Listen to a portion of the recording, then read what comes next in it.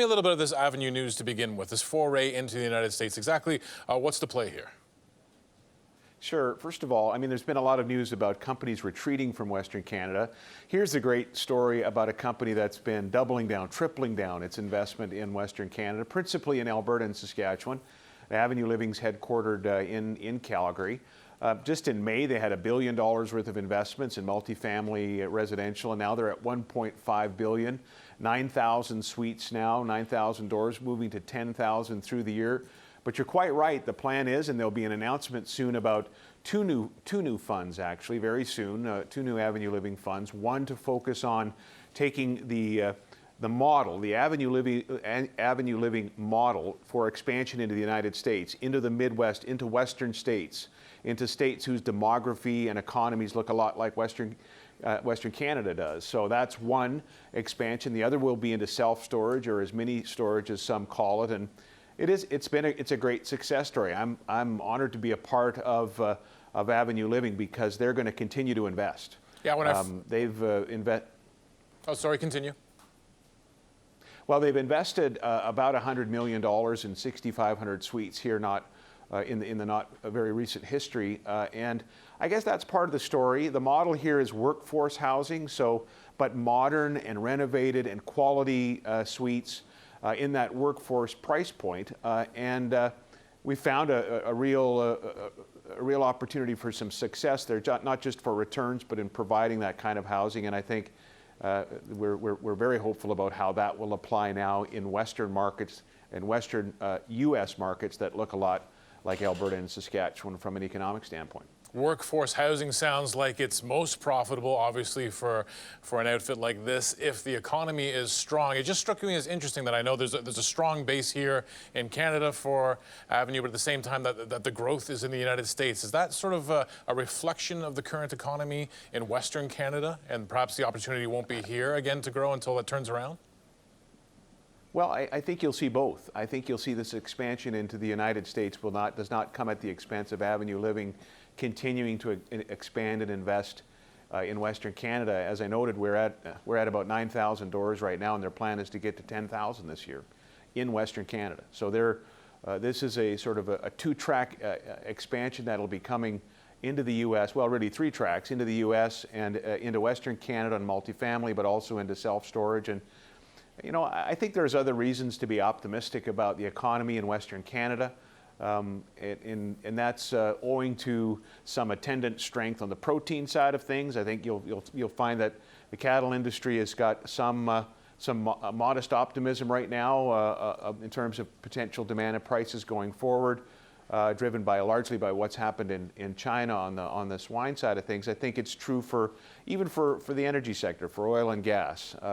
That Kinder Morgan TMX is going to continue to be built, which is going to be very positive. I think Line 3 progress is going to be important, and so I think Avenue Living is responding to that, responding to opportunities in the U.S. and in Canada as well, as they should. I know that you've been very passionate about the energy sector in this country, and at times that passion has become quite heated, and you were very unhappy with how Ottawa was treating the sector. It sounds like you're a little more optimistic now that these major projects are going to get through. Have you changed your mind? Has Ottawa done something that you say, okay, I think we're on track now? Well, to be fair, Ottawa nationalized, they went full Venezuelan, nationalized Kinder Morgan to get it done. So I think that's a pretty hopeful thing. If the federal government wasn't going to get that pipeline finished, I don't think they would have spent the money and committed to it even during the election campaign. So that's positive. There has been other progress, some pretty good news on the KXL front and Line 3.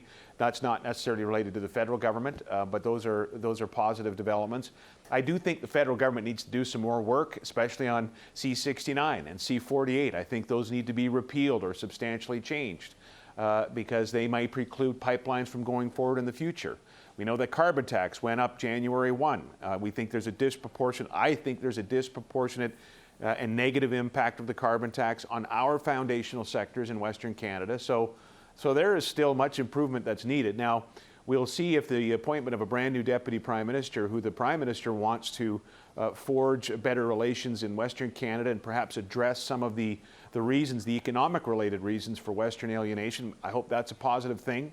There's also a federal conservative leadership campaign that might inform that whole discussion as well. And I think we should be realistic, and changes are still required to the legislation that I've talked about and policies that I've referenced. But there is also some signs for optimism. And you know, in the case of Avenue Living, it's not just about the major centers in Western Canada where we typically measure whether or not things are improving, apropos of this whole discussion. There are smaller centers where there's strength too, and that's why companies like Avenue Living aren't just looking at Regina, Saskatoon, Edmonton, and Calgary, but also investing in Yorkton and Moose Jaw and Medicine Hat, my hometown of Swift Current.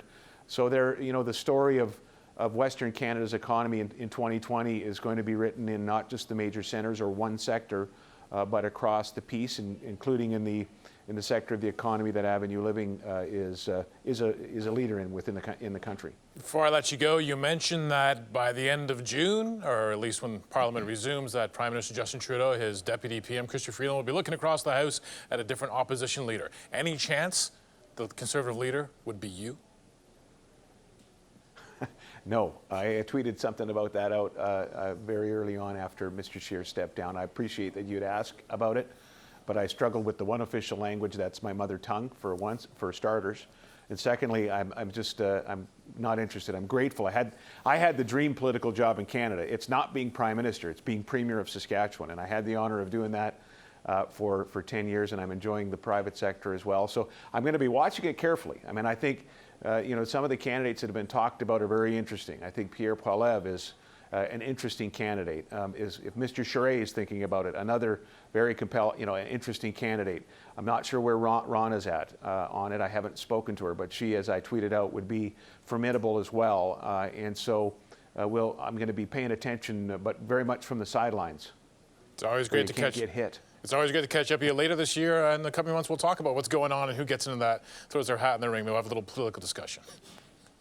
I'd be honored to do that. Thanks for having me on. Thanks for always joining us. Brad Wall, of course, is the Avenue Living Special Business Advisor, and of course, the former Saskatchewan Premier.